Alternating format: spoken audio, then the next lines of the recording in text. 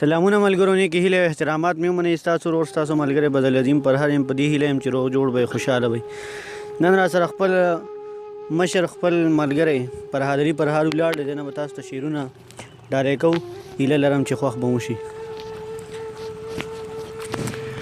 نو بدل عظیم صاحب زه خو به درته یو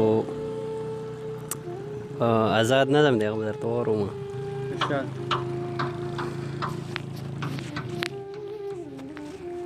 د نظم عنوان دی چېرته یو ځلې راشه.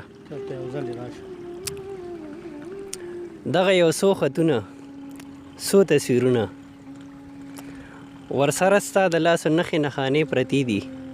ستا د بنګړو پکې هم څو ماتې ټوټې پرتې دي.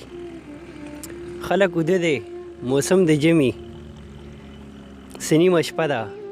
دا ټول خطونه ټول تصویرونه دا ټولې کړې د استانې په منځ کې په یو تخته خورې ورې پرتې دي. د شین پانوس تته رڼا بلیږي په استانه کې د یادونو یو وحشت خور دی. په تته شنه رڼا کې ورته څوک ناست دي چې سورې په دیوال ښکاري.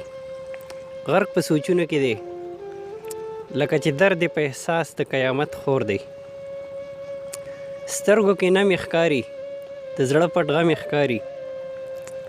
لاس کې سیګار نیسلی چې سا په سای د سینې نه اسویلې خیږي. هره اسویلي سره د خولې نه یې لوګې خیږي. چېرته یو ځلې راشه یو ځلې راشه دا منظر ووینه. دا تماشه خو وکړه د بیلتانه په لاره د خپل مین لیوني ستومانه ژوند ووینه ستړی سفر ووینه.